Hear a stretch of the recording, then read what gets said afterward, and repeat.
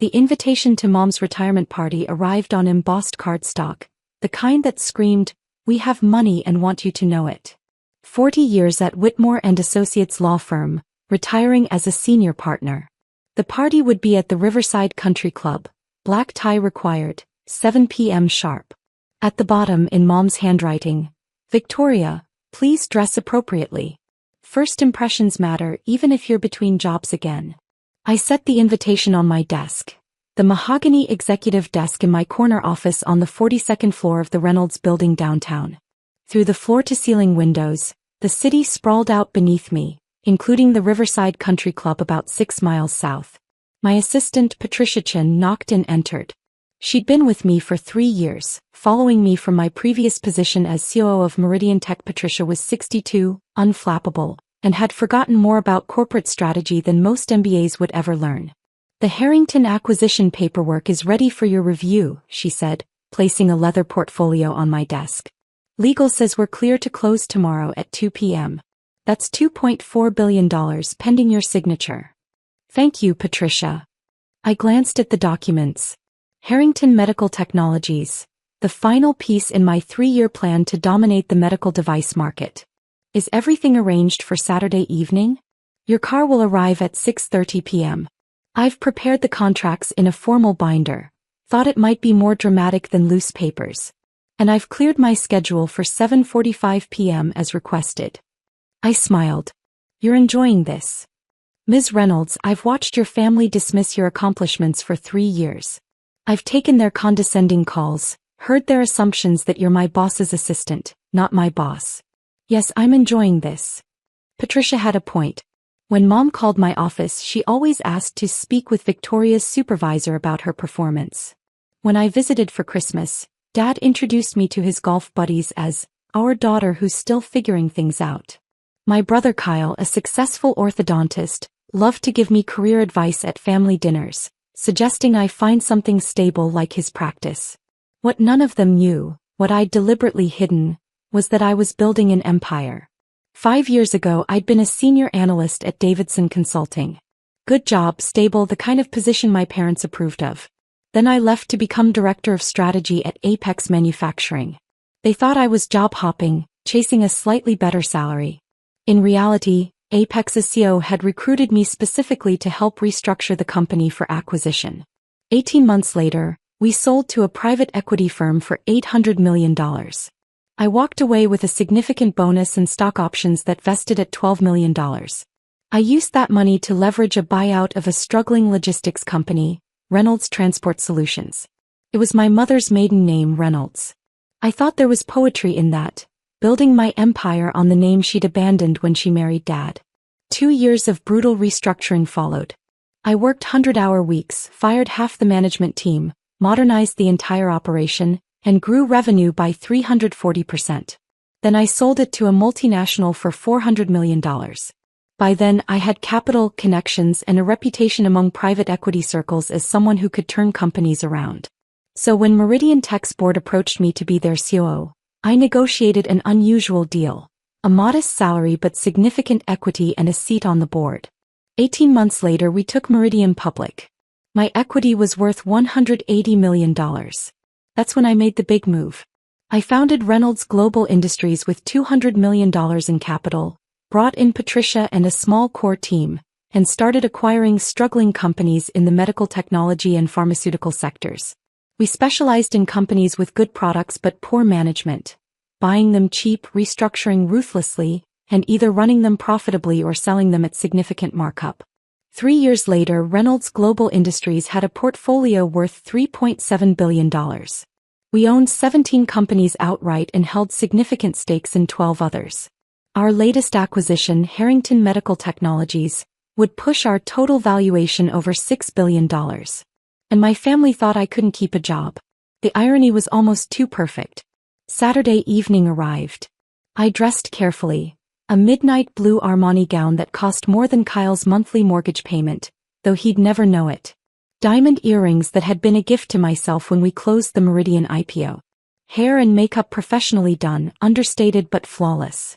My phone buzzed. Kyle's text in the family group chat.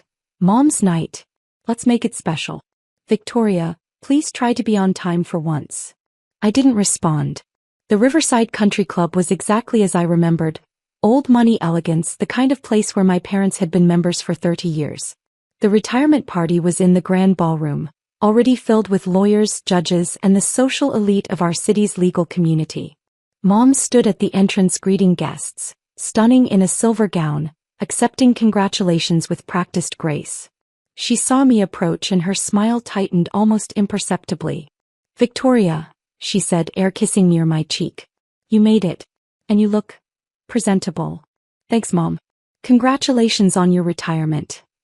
Yes, well, 40 years of dedication deserves recognition. She glanced around. Your brother's already here with Melissa and the kids.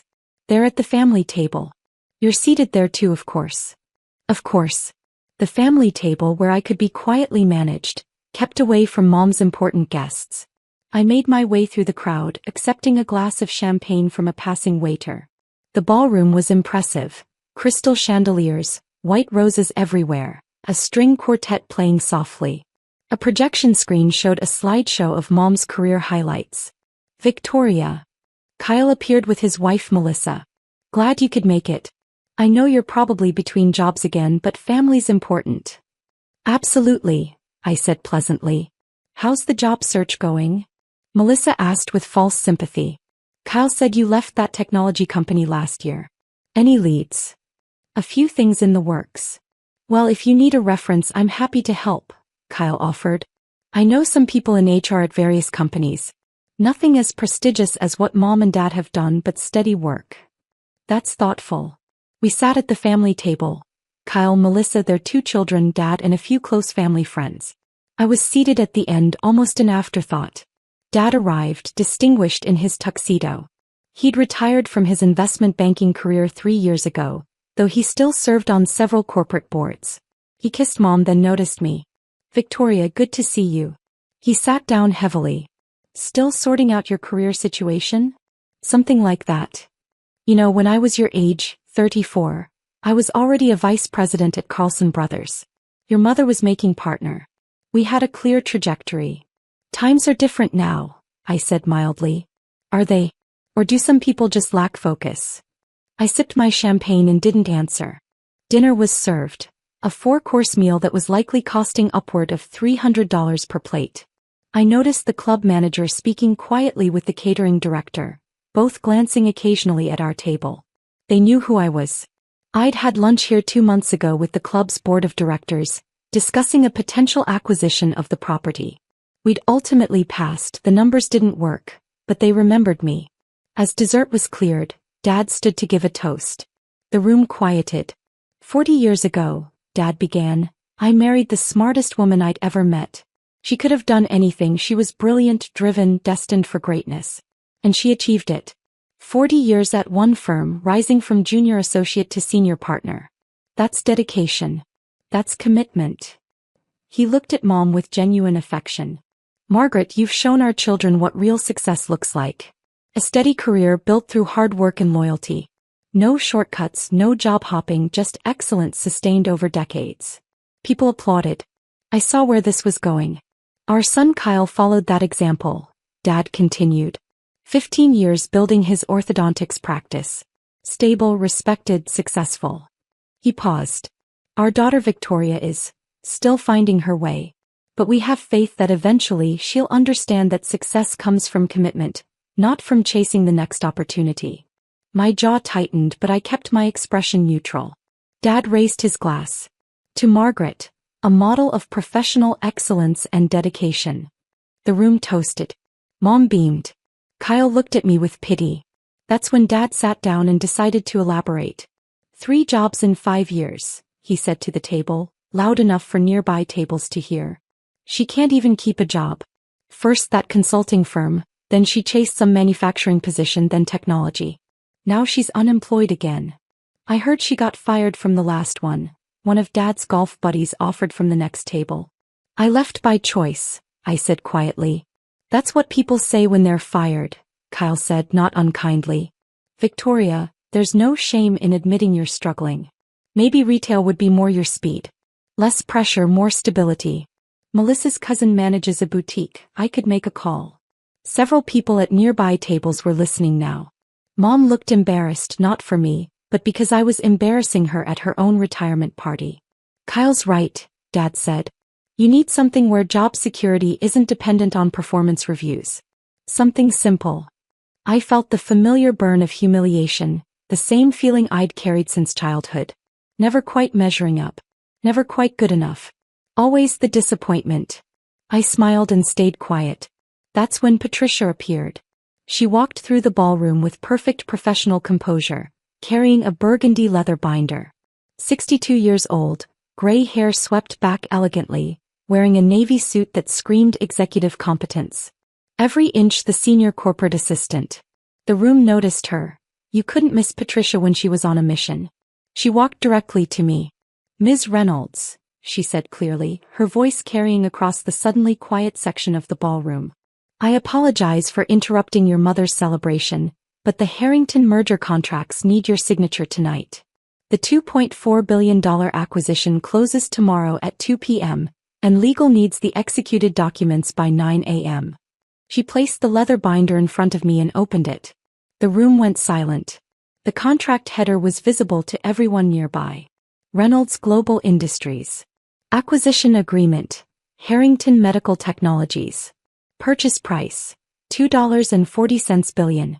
Chief Executive Officer. Victoria Margaret Reynolds. Dad's wine glass slipped from his hand and shattered on the floor. I'm sorry, Dad said faintly. Did you say $2.4 billion? Patricia turned to him with professional courtesy. Sir. Ms. Reynolds is finalizing the acquisition of Harrington Medical Technologies. It's our largest purchase to date, though we completed a $900 million acquisition last quarter. Kyle's mouth was opening and closing like a fish. I pulled out my pen. A Mont Blanc that had been a gift from the Reynolds Global Board when we hit our first billion in valuation, and began signing the contract pages. Patricia flipped through them efficiently, pointing to each signature line. What is this? Mom's voice came from behind me. She'd left her position at the front of the room and was staring at the documents. The Harrington acquisition, I said calmly, still signing. Patricia, did legal confirm the regulatory approvals? Yes, ma'am. The FTC cleared it on Thursday. We're good to close. I signed the final page and closed the binder. Thank you, Patricia. Anything else? You're 9 a.m. tomorrow with Goldman Sachs about the Series C financing. Should I confirm? Please. We'll need $500 million for the expansion into European markets. Understood. I'll have the briefing materials ready. Patricia nodded to my parents. Lovely party. Congratulations on your retirement, Mrs. Reynolds. She walked away, leaving stunned silence in her wake. Dad found his voice first. Victoria, what is Reynolds Global Industries? Pie company, I said simply. I founded it 3 years ago. Your company, he repeated blankly. You founded a company? Kyle said. When? After I left Meridian Tech. Well, technically I founded it while I was still COO at Meridian, but it became my full focus after we went public. Mom sat down heavily in Patricia's vacated chair. You're a CEO? Yes. Of a company that's buying something for $2.4 billion? That's the Harrington acquisition, yes. Our total portfolio is worth about $6.1 billion after this closes. The number hung in the air. $6 billion, Dad whispered. A woman from the next table, one of Mom's law partners, leaned over. Margaret, is this the same Reynolds Global Industries that acquired MedTech Solutions last year? That was a massive deal. It was in the Wall Street Journal. I don't know, Mom said looking at me. That was us, I confirmed. That was our first major acquisition in the medical device sector. $900 million. I remember that deal, the lawyer said, excited now.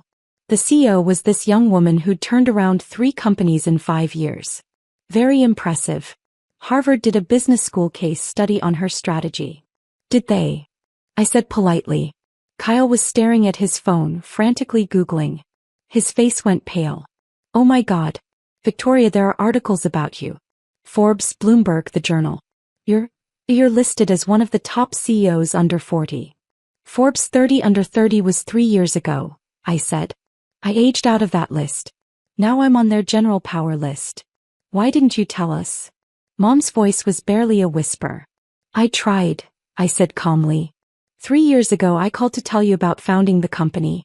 Dad said he was busy with his golf tournament. 2 years ago I invited you to our first major acquisition celebration. You said you had Kyle's daughter's dance recital. Last year I sent you the Forbes article. You texted back, "That's nice, dear, hope you find something stable soon." Dad's face had gone red. That's not. We didn't understand. You didn't want to understand, I corrected. You decided I was a failure and nothing I said could change that narrative. The club manager appeared at the table, clearly having heard the commotion. Ms. Reynolds, I didn't realize you'd be here this evening. If we'd known, we would have prepared our VIP reception area. That won't be necessary, Richard. This is my mother's party.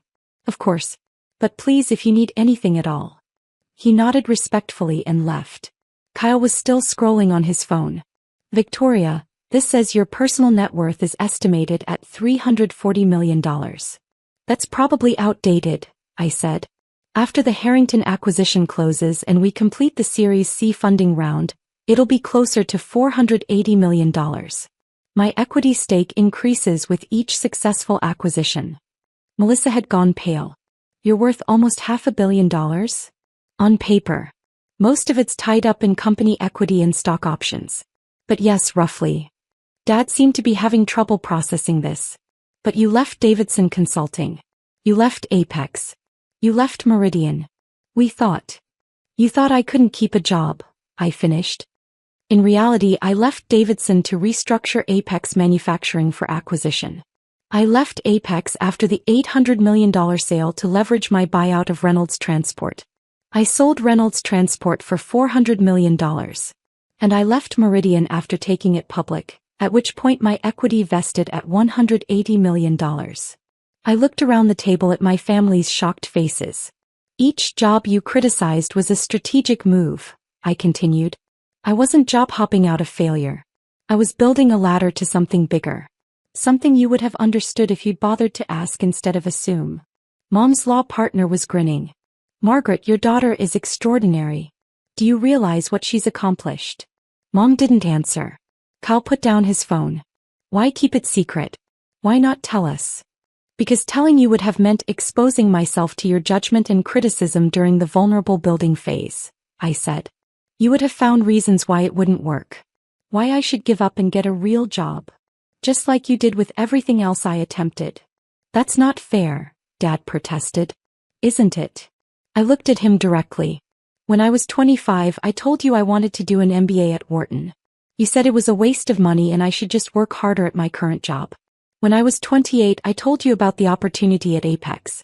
You said manufacturing was beneath our family's standards. Every ambition I shared, you diminished. We were trying to protect you, Mom said. From what? Success. Because that's what you actually protected me from. The confidence that my own family believed in me. Patricia reappeared because we'd planned this next part too. Ms. Reynolds, I have the quarterly board meeting materials ready for your review. The board is expecting your report on the Harrington integration strategy. Thank you, Patricia. Send them to my tablet. She handed me a slim iPad, then addressed the table. If I may say something, Mr. and Mrs. Reynolds, I've worked in corporate America for 40 years. I've worked for 12 CEOs. Your daughter is the most brilliant strategic mind I've ever encountered. She sees opportunities others miss. She turns failing companies into profitable enterprises. She built a multi-billion-dollar corporation from nothing in 3 years. Patricia's voice was firm. And she did it while fielding phone calls from her family asking if she'd found real work, yet. The strength that took. The focus. That's extraordinary. She nodded to me and left again. The ballroom had gone quiet. People at other tables were whispering, pulling out phones, clearly searching for information about Reynolds Global Industries. Dad cleared his throat. Victoria, I owe you an apology. Several actually, I said. You're right. We've misjudged you. Badly. Kyle looked genuinely stricken. I offered to get you a job at a boutique. Oh my God, I'm an idiot. You meant well, I said, though we both knew that wasn't entirely true.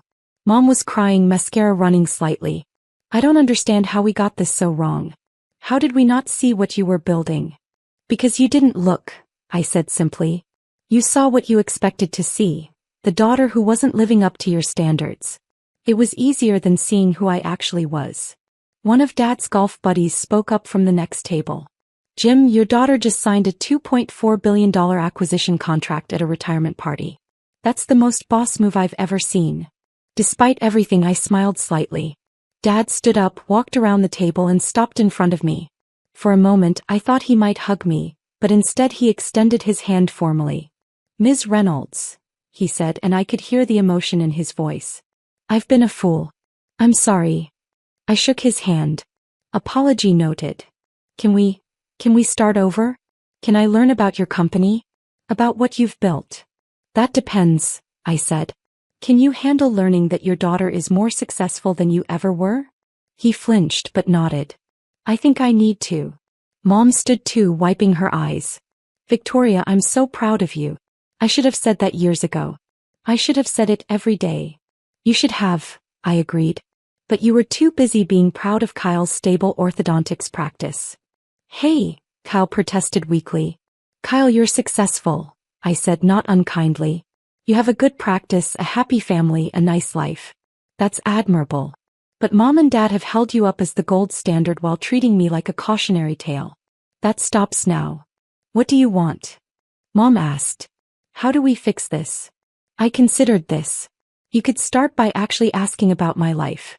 Not to criticize or offer unsolicited advice, but to genuinely learn. You could acknowledge that different paths to success exist. You could stop assuming that your way is the only valid way. We can do that, Dad said. Can you? I looked at both of them. Because this isn't just about tonight. This is about decades of dismissal. You've made me feel inadequate my entire life. One apology at a retirement party doesn't erase that. What would? Mom asked quietly. Time, I said. Consistent, demonstrated change over time. Show me you respect me. Show me you value my choices even when they don't match yours. Show me I'm not a disappointment to manage but a daughter to celebrate. The retirement party had essentially stopped. People were openly watching our family drama unfold. Patricia appeared one more time. Ms. Reynolds, I hate to interrupt, but the Wall Street Journal is calling. They want a statement about the Harrington acquisition for tomorrow's edition. Tell them we'll have an official press release at 9 a.m. tomorrow. Understood. She paused. Also, your car is here whenever you're ready. I stood smoothing my gown. I should go. I have an early morning. Wait, Kyle said. The company name. Reynolds Global Industries. You used Mom's maiden name. I did. Why? I looked at Mom. Because Reynolds was who you were before you became Mrs. Thompson. Before you became Dad's wife and our mother. I wanted to build something on the foundation of who you were independently. Before you let Dad's opinions become your opinions. Before you stopped believing women could be powerful in their own right. Mom's tears started fresh. Your retirement is supposed to celebrate 40 years of your career, I continued. But Dad's toast was about how you were a good wife and mother who also worked. Not about you as a brilliant lawyer who changed the legal landscape in this city. Not about the cases you won or the junior lawyers you mentored. Just about how you stayed in one place and didn't cause problems. I picked up my clutch. I named my company Reynolds because I wanted to honor the woman you could have been. The woman I became instead. The ballroom was dead silent. I hope you enjoy the rest of your party, I said. Patricia, let's go. As we walked toward the exit, people parted. Some looked impressed, others shocked. Mom's law partners were whispering excitedly. At the door I turned back. Mom, congratulations on your retirement. You had an impressive career. I hope someday you'll come to my office and let me show you what I built in your name. It would mean a lot. Mom nodded, unable to speak. Patricia and I walked out to the waiting Mercedes. My driver opened the door. How do you feel? Patricia asked as we settled into the leather seats. Tired, I admitted. But good. Better than I've felt in a long time. Your father's face when I mentioned the $2.4 billion. That was worth the price of admission. I laughed. You enjoyed that too much. I've earned it, she said firmly. 3 years of taking their condescending calls. My phone buzzed. Kyle's text, "Can we talk? Really talk? I want to understand what you've built. And I'm sorry." Then Mom, "Come to lunch this week? Please? I want to hear everything." Then Dad, "I have contacts at several venture capital firms. If you ever want to discuss expansion strategies, I'd be honored to help. If you'd let me." I showed the text to Patricia. "Are you going to respond?" "Eventually," I said. "When I'm ready. On my terms. As it should be." We drove through the city, past the Reynolds Building where my office occupied the entire 42nd floor. Past the headquarters of 3 companies in our portfolio. Past the lives of millions of people who would be affected by the products our companies would develop and distribute. I'd built an empire while my family thought I was unemployed. I'd proven them wrong in the most spectacular way possible. And tomorrow I'd sign the contracts that would make Reynolds Global Industries a $6 billion corporation. Not bad for someone who couldn't keep a job. Not bad at all.